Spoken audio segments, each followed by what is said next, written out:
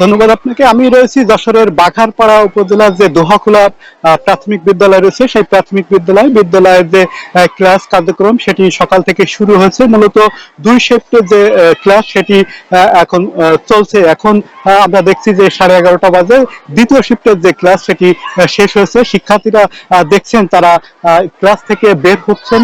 আমরা যারা শিক্ষার্থী রয়েছে তাদের সাথে কথা বলেছি, তারা যেটি জানিয়েছেন যে এই যে গরম, সেই গরমে তারা আসলে ক্লাস করছেন, সকালে থেকে আসছেন, তারা বের হয়েছেন এবং এই যে ক্লাস সেটি তারা চালিয়ে যাচ্ছেন। আমরা দেখছি যে ছোট ছোট সোনামণি বাচ্চারা রয়েছেন, তারা স্কুল যে ছুটি হয়েছে তারপরে 2 ঘন্টা পরেই আসছে। আপনি কিন্তু দেখতে জানিয়ে রাখি যে এই স্কুলটি গরমের বন্ধ পরে কিন্তু আজকেই প্রথম ক্লাস তারা এসেছিলেন এবং ক্লাস থেকে তারা বের হচ্ছেন। শিক্ষার্থীদের সাথে কথা বলেছি, তারা যাদের ছোট ছোট বাচ্চা তারা যেটি বলেছেন যে এই যে সময় তাদের অনেকটা কষ্ট হয়েছে, তবে আবার অনেকেই বলছেন যে অনেকদিন পর স্কুলে আসতে পেরে তারা আসলেই তারা খুশি। অনেক বন্ধু বান্ধবের সাথে তাদের দেখা হয়েছে, তারা স্কুলে এসছেন এবং তারা আবার এখন বাড়ি ফিরে যাচ্ছে। এর আগে সকাল 8:30টায় প্রথম শিফটের স্কুল শুরু হয়েছিল, 9:30 পর্যন্ত সেটি চলেছে। দ্বিতীয় শিফট 11:30 পর্যন্ত চলছে, আমরা এটি দেখছি। সব মিলিয়ে আসলে যারা শিক্ষার্থী রয়েছে তারা কিছুটা খুশি হলেও যারা অভিভাবক রয়েছে তারা কিছুটা উদ্বিগ্ন রয়েছে, কারণ যে পরিমাণ গরম পড়ছে। গতকালকে আমরা দেখেছিলাম যে 41.4 ডিগ্রি সেলসিয়াস বিরাজ করেছিল যশোরে। এর আগেও আমরা দেখেছি যে 42 এর উপরে ছিল।